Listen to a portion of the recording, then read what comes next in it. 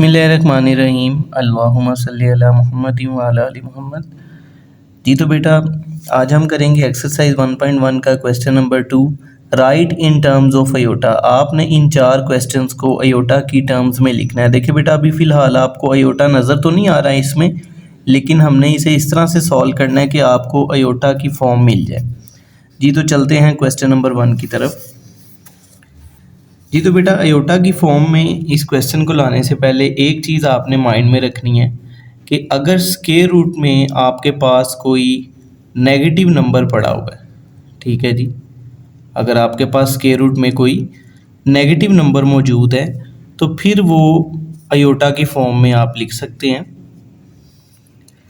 Otherwise हम मुख्तलिफ़ तरह से अरेंजमेंट्स करके भी अयोटा की फॉर्म बना सकते हैं, लेकिन बहरहाल यहाँ पे आपको जो चीज़ बताना मकसूद है वो ये है कि अगर स्क्वायर रूट में -1 लिखा हो, जी स्क्वायर रूट के अंदर जब -1 लिखा हो तो इसको हम क्या कहते हैं, अयोटा कहते हैं। ठीक है जी। जी तो बेटा -1 स्क्वायर रूट जहाँ पे लिखा हुआ नज़र आएगा आप उसकी जगह अयोटा लिखेंगे। और दूसरी बात आपको बताइए कि नेगेटिव नंबर जब स्क्वायर रूट में आता है तो हम उसे फिर अयोटा की फॉर्म में लिख सकते हैं। जी तो हमारा फर्स्ट क्वेश्चन है, आपने 2 को एज इट इज़ लिख लेना है। देखें इस -4 को आप लिख सकते हैं 4 × -1 और ऊपर स्क्वायर रूट, क्योंकि इसको जब आप मल्टीप्लाई करवाएंगे 4 को -1 के साथ तो आपके पास -4 आ जाएगा। अब आपने ये जो स्क्वायर रूट है, जी स्क्वायर रूट को आपने 4 के साथ भी सेपरेट कर लेना है और -1 के साथ भी सेपरेट, क्योंकि ये स्क्वायर रूट इन दोनों नंबर्स का है तो आपने दोनों नंबर्स पे अलग-अलग स्क्वायर रूट लगा देना है। यहाँ पे 2 आ जाएगा।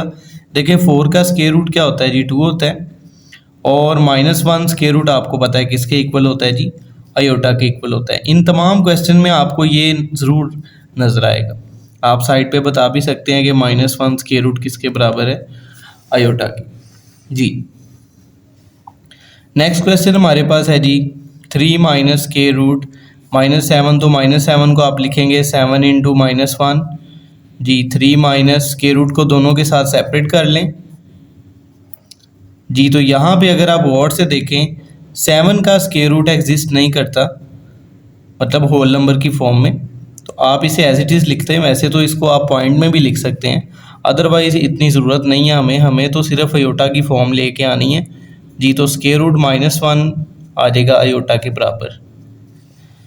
जी थर्ड क्वेश्चन हमारे पास है जी 2/5 प्लस, देखें जी -16 को आप लिखेंगे 16 × -1 और ऊपर स्क्वायर रूट लगा दें और नीचे आपने 5 लगा दें। जी तो अभी आपको बताया था ये जो स्क्वायर रूट होता है बेसिकली इन दोनों के ऊपर आपने सेपरेट कर लेना होता है। जी जब आप सेपरेट कर लेंगे नीचे 5 आ जाएगा। यहाँ पे आप लिखेंगे 2/5 प्लस, देखिए 16 का स्क्वायर रूट होता है जी 4 और -1 स्क्वायर रूट आपको बताया गया है कि किसके इक्वल होता है जी, अयोटा के इक्वल होता है। और इस 5 को आप इस 4 के नीचे लिख दें। जी तो बेटा आपको इन तीनों क्वेश्चन में भी अयोटा नज़र आ चुका है। जी लास्ट क्वेश्चन हमारे पास है जी स्क्वायर रूट 2, आपने इसे अब देखें ये स्क्वायर रूट में नेगेटिव नंबर है, ये अयोटा की फॉर्म में जाएगा, ये अयोटा की फॉर्म में नहीं जाएगा क्योंकि यहाँ पे पॉजिटिव नंबर है, यहाँ पे नेगेटिव नंबर है। तो आप क्या करेंगे जी, इधर लिखेंगे 3 × -1। अब ये स्क्वायर रूट आपने क्या करना है, 3 के ऊपर भी सेपरेट कर लेना है और -1 के ऊपर भी सेपरेट कर लेना है। जी अब देखें square root 2 as it is आ जाएगा, माइनस स्क्वायर रूट 3 भी एज इट इज़, और -1 स्क्वायर रूट को हम क्या कहते हैं, अयोटा कहते हैं। जी तो -1 की स्क्वायर रूट की जगह आपने अयोटा लिख देना। ये आपके 4 क्वेश्चन थे। तो मेन चीज़ आपको बताई गई थी कि स्क्वायर रूट में जो नेगेटिव नंबर होगा आप उसे ही अयोटा की फॉर्म में लेके जाएंगे, तो पॉजिटिव नंबर जो हैं उनको आपने अयोटा की फॉर्म में नहीं लेके जाना। देखें यहाँ पे ये नेगेटिव नंबर है, यहाँ पे स्क्वायर रूट में -7 लिखा हुआ है, यहाँ स्क्वायर रूट में -16 लिखा हुआ है। यहाँ उसने 2 स्क्वायर रूट लगा के बच्चों को थोड़ा सा कंफ्यूज किया है कि भाई किसे अयोटा में लेके जाना है, तो आपने नेगेटिव नंबर वाले को अयोटा में लेके जाना। जी तो डियर स्टूडेंट नेक्स्ट क्वेश्चन हमारे पास है जी question number 3, find the values of x and y। आपने इन 5 क्वेश्चन के अंदर x और y की वैल्यू फाइंड करनी है। देखें बेटा वैल्यूज़ फाइंड करने वाले जो क्वेश्चन होते हैं ना, वो हमेशा से इम्पॉर्टेंट रहे हैं, चाहे वो जिस मर्ज़ी लेवल पे हों। तो ये 5 क्वेश्चंस बहुत इंपॉर्टेंट हैं। इनमें से आप देखेंगे आपका पहला क्वेश्चन, दूसरा क्वेश्चन और पांचवा क्वेश्चन, इन 3 क्वेश्चंस का कॉन्सेप्ट सेम है और थर्ड क्वेश्चन और फोर्थ क्वेश्चन का कॉन्सेप्ट सेम है। तो पहले हम पहला, दूसरा और पांचवा क्वेश्चन करेंगे, लेकिन इससे पहले हम थोड़ा सा इसका कॉन्सेप्ट डिस्कस कर लें कि अगर दो कॉम्प्लेक्स नंबर इक्वल हों तो उसमें वैल्यूज़ को आप कैसे फाइंड करते हैं और उनमें कौन सी कंडीशन होल्ड करती है। जी तो बेटा आपके पेज नंबर 3 के ऊपर कॉन्सेप्ट लिखा हुआ है इक्वलिटी ऑफ कॉम्प्लेक्स नंबर्स, कि दो कॉम्प्लेक्स नंबर्स की इक्वलिटी कब पॉसिबल होती है और अगर पॉसिबल हो जाए तो फिर उनमें कौन सी कंडीशन एग्जिस्ट करती है। Two complex number z1 equal to x1 plus iota y1, देखिए आप अयोटा को पहले लिख लें बाद में लिख लें, कोई मसला नहीं है।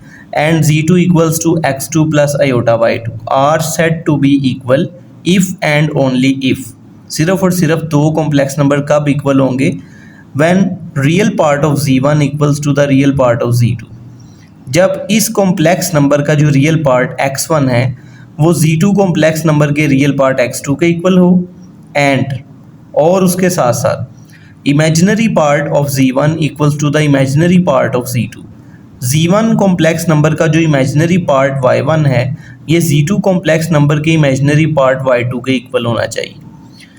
मतलब x1 equal to x2 and y1 equals to y2। For example अगर आप यहाँ लिखते हैं alpha plus aorta B equals to -2 plus 5 iota, तो आप जब बेटा इन दोनों को इक्वेट करेंगे, इनके रियल पार्ट्स को रियल पार्ट्स के इक्वल कर देंगे, अल्फ़ा की वैल्यू बन जाएगी जी -2 और यहाँ से अयोटा अयोटा के इक्वल है, तो बीटा किसके इक्वल होगा, +5 के। तो ये हमारे पास आंसर आ जाए जी। तो हम क्वेश्चन की तरफ चलते हैं और इसी कॉन्सेप्ट को हम यूज़ करेंगे जी। तो बेटा क्वेश्चन नंबर 3 का पहला, दूसरा और पांचवा क्वेश्चन सेम है, तो पहले हम पहला, दूसरा और पांचवा क्वेश्चन ही सॉल्व करेंगे। देखिए आपने इस क्वेश्चन में हमारा टारगेट क्या है, आपने x की वैल्यू फाइंड करनी है और y की वैल्यू आपको फाइंड करनी है जी। तो यहाँ पे ज़रा आप देखें, ये रियल पार्ट लिखा हुआ है जी लेफ़्ट साइड पे और साथ इसके प्लस अयोटा के साथ इमेजिनरी पार्ट लिखा है। इसी तरह से राइट साइड पे 1 हमारे पास रियल पार्ट है और 2 हमारे पास इमेजिनरी पार्ट है। आपने देखें दोनों तरफ से रियल और इमेजिनरी पार्ट्स को इक्वेट कर देना। आप लिखेंगे जी equate real and imaginary parts and imaginary parts we get जी। तो बेटा ज़रा आप गौर से देखिएगा, लेफ़्ट साइड पे रियल पार्ट लिखा हुआ है जी 2x प्लस 5, ठीक है जी 2x प्लस 5। इसको हम किसके इक्वल करेंगे, राइट साइड पे अगर रियल पार्ट देखा जाए तो 1 लिखा हुआ है, आपने इसे 1 के इक्वल कर देना है। उर्दू मीडियम वाले बच्चे यहाँ इंग्लिश की जगह पे क्या लिखेंगे, हकीकी और ख़यालाती हिस्सों का मुवाजना करने से। दोबारा से सुन लें, हकीकी और ख़यालाती हिस्सों को इमेजिनरी हिस्से भी कहते हैं, हकीकी और ख़यालाती हिस्सों का मुवाजना करने से जी। तो बेटा आपने रियल पार्ट को राइट साइड के रियल पार्ट के इक्वल कर देना है। उसके बाद अयोटा के साथ लिखा हुआ है जी y-3 को आपने यहाँ अयोटा के साथ लिखा हुआ है जी 2, इसके इक्वल कर देना है। मतलब ये इमेजिनरी पार्ट तो सिर्फ इतना सा है ना और यहाँ से 2 है, तो इक्वेट करते वक्त जो सेम चीज़ें होती हैं वो हम नहीं लिखते जी। 5 जो है ये राइट साइड पे जाके क्या हो जाएगा, -5।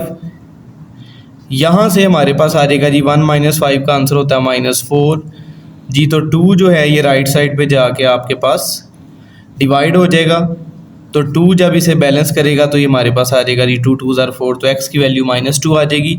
यहाँ से y की वैल्यू आपको बेटा इजीली मिल जाएगी, -3 राइट साइड पे जाके +3 हो जाएगा, तो यहाँ से आपको y की वैल्यू क्या मिल जाएगी, 5 जी। तो बेटा देखें हमने इस क्वेश्चन में रियल पार्ट्स को रियल पार्ट्स के इक्वल किया है और इमेजिनरी पार्ट्स को इमेजिनरी पार्ट्स के इक्वल करके x और y इजीली हमने फाइंड कर लिया जी। तो बेटा पार्ट नंबर 2 में भी एज इट इज़ काम है, आपने x और y की वैल्यू को फाइंड करना है जी। तो हम यहाँ पे लिखेंगे x equal to question mark and y equals to question mark जी। ये तो बेटा हम यहाँ पे लाइन लिखेंगे जी, equate real and imaginary parts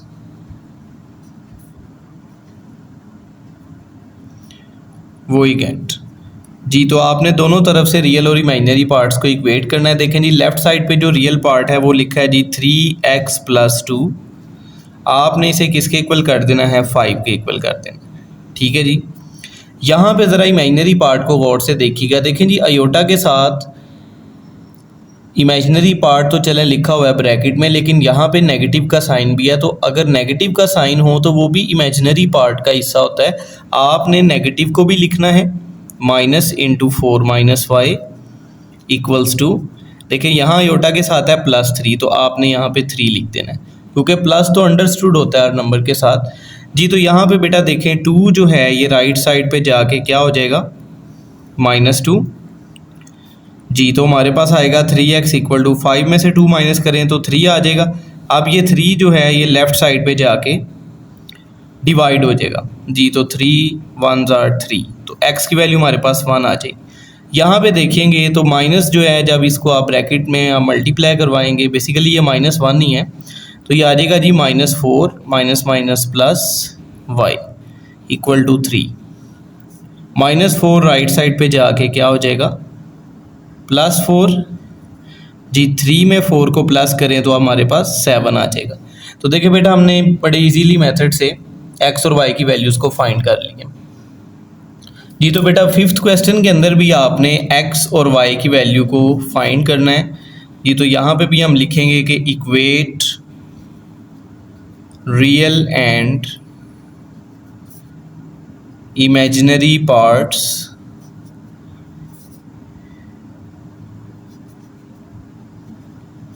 वो इक्वेट जी।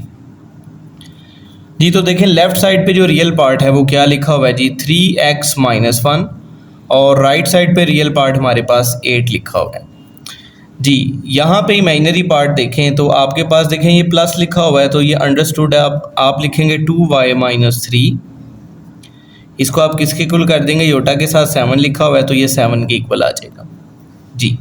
-1 राइट साइड पे जाके क्या हो जाएगा, +1 जी। 8 में आप 1 को प्लस करें तो आपके पास 9 आ जाएगा जी। 3 जो है ये राइट साइड पे जाके डिवाइड होगा, तो 3 × 3 = 9, तो x की वैल्यू हमारे पास 3 आ जाएगी।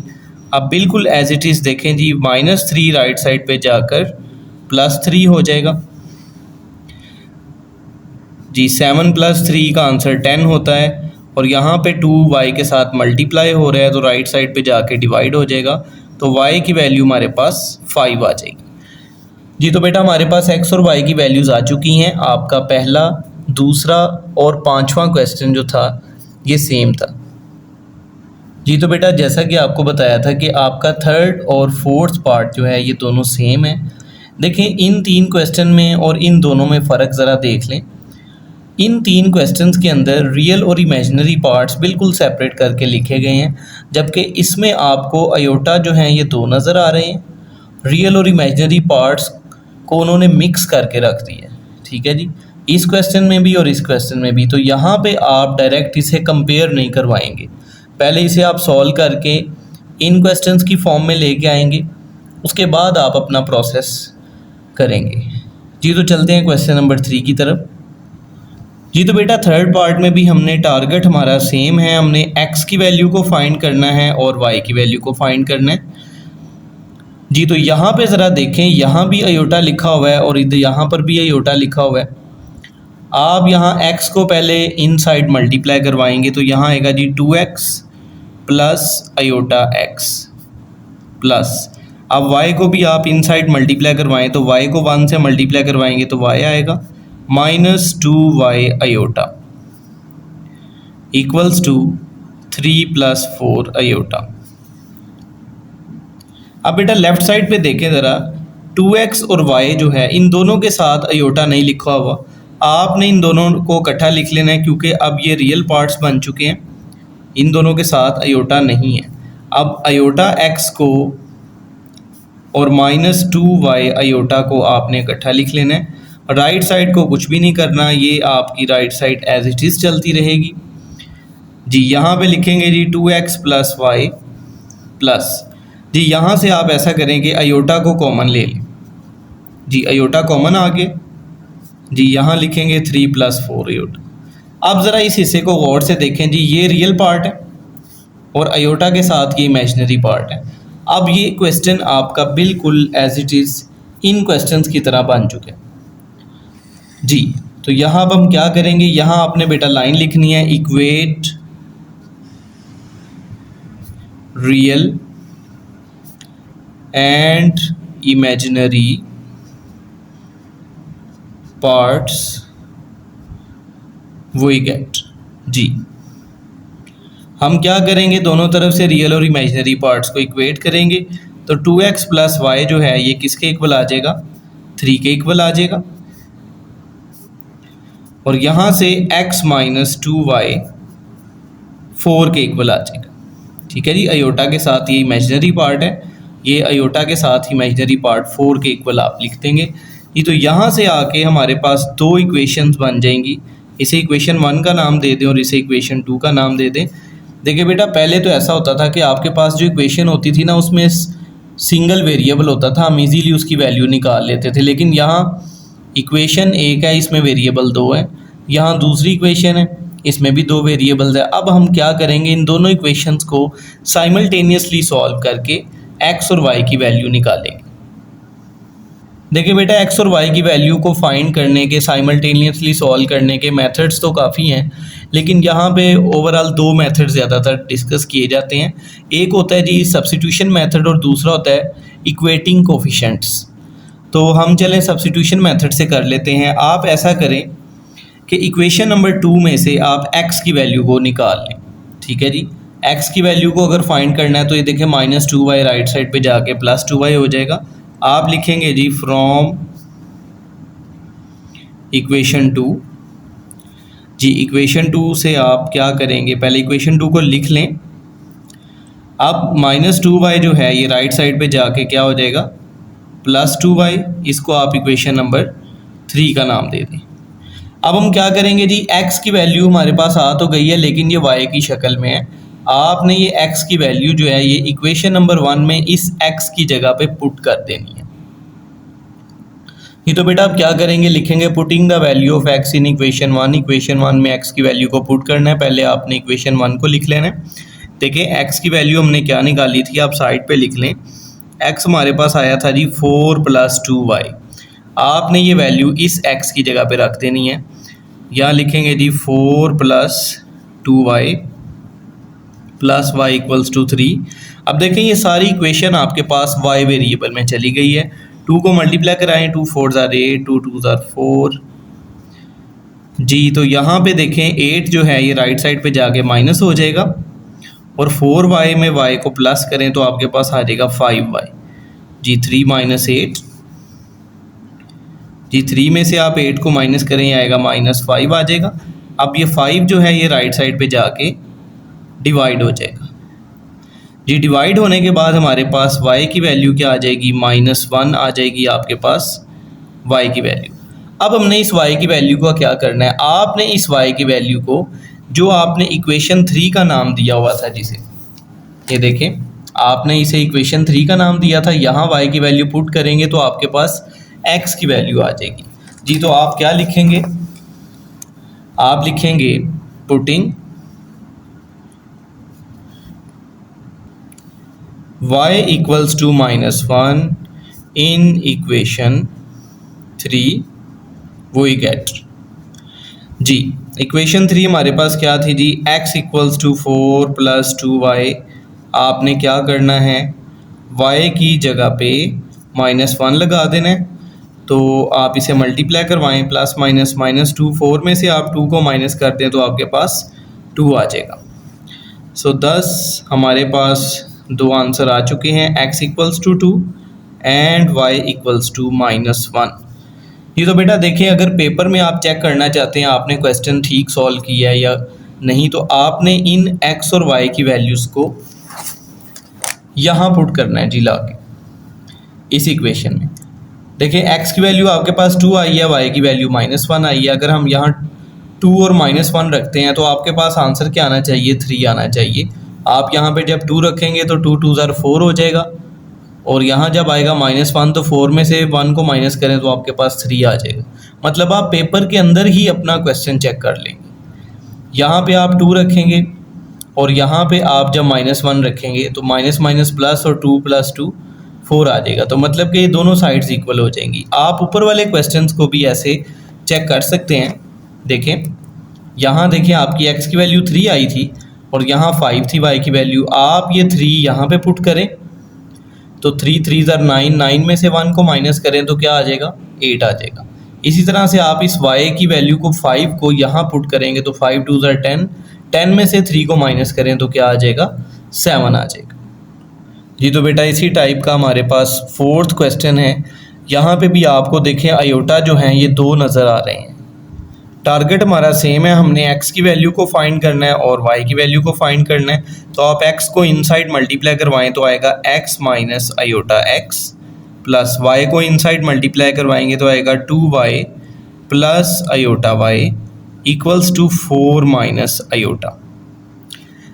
जी तो आप क्या करें जी, x और 2y हमारे पास दोनों रियल पार्ट्स हैं तो आप x और 2y को इकट्ठा लिख लें क्योंकि इनके साथ आयोटा नहीं आया हुआ। माइनस आयोटा x को और प्लस आयोटा y को इकट्ठा लिख लें और यहाँ पे लिख लें जी 4 माइनस आयोटा। अब देखें यहाँ पे x + 2y तो हमारे पास है जी रियल पार्ट, यहाँ पे आयोटा इन दोनों टर्म में से कॉमन आ रहा है। तो आपने क्या करना है, यहाँ पे बड़ा केयरफुली देखना है जी। हम यहाँ पे प्लस लिखेंगे, आप कहेंगे यहाँ पे तो माइनस लिखा हुआ है, आप फ़िलहाल प्लस लिख लें। आपने बेटा ब्रैकेट में इस -x को लिख देना है और फिर +y को लिख देना है, ठीक है जी। और आयोटा को आपने कॉमन ले लेना है।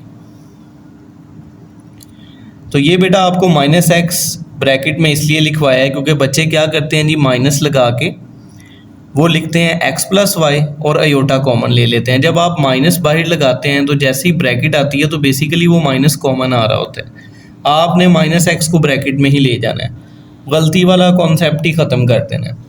जी तो अब यहाँ देखें जी, ये रियल पार्ट है, राइट साइड पे रियल पार्ट 4 है, आयोटा के साथ ये इमेजिनरी पार्ट है और राइट साइड पे इमेजिनरी पार्ट -1 है।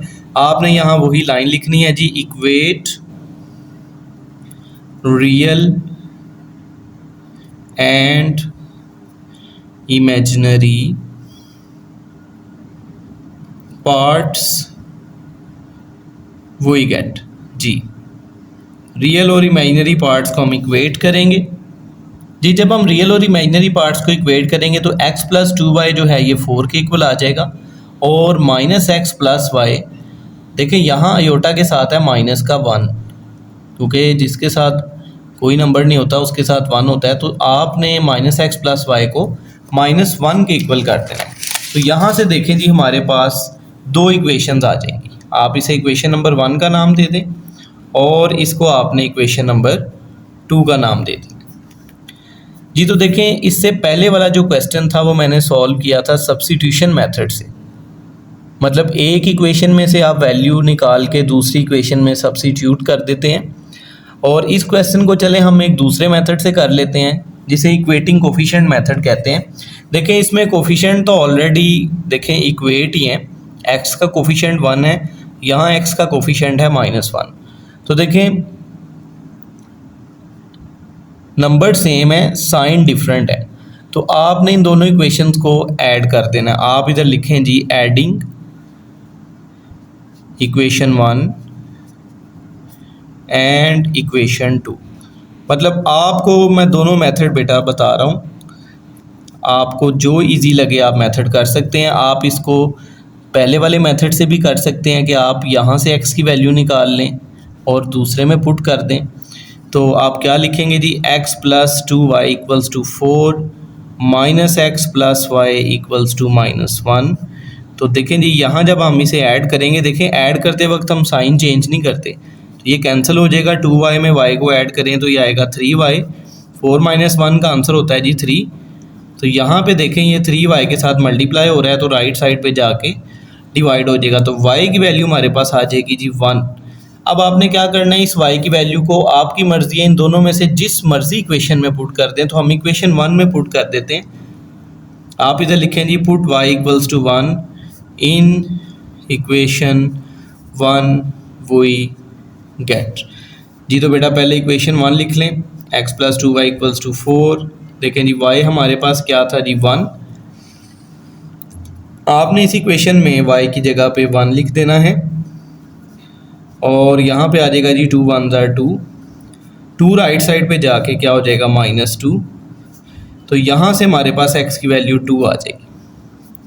तो लिहाजा ये हमारे पास जी दो वैल्यूज़ आ चुकी हैं 10 x equals to 2 and y equals to 1। जी तो बेटा हमारी एक्सरसाइज अल्हम्दुलिल्लाह कंप्लीट हो चुकी है। आपको इस एक्सरसाइज के तीनों क्वेश्चन करवा दिए गए हैं, क्वेश्चन नंबर 1 2 और 3। उम्मीद है आप बच्चों को ये लेक्चर समझ आ गया होगा और बेटा साथ साथ इसके आप नोट्स भी बनाते जाया करें। आपके लिए इंशाल्लाह पेपर्स में फिर काफ़ी आसानी हो जाएगी। अल्लाह ताला हम सब का हामी और नासिर हो, आमीन।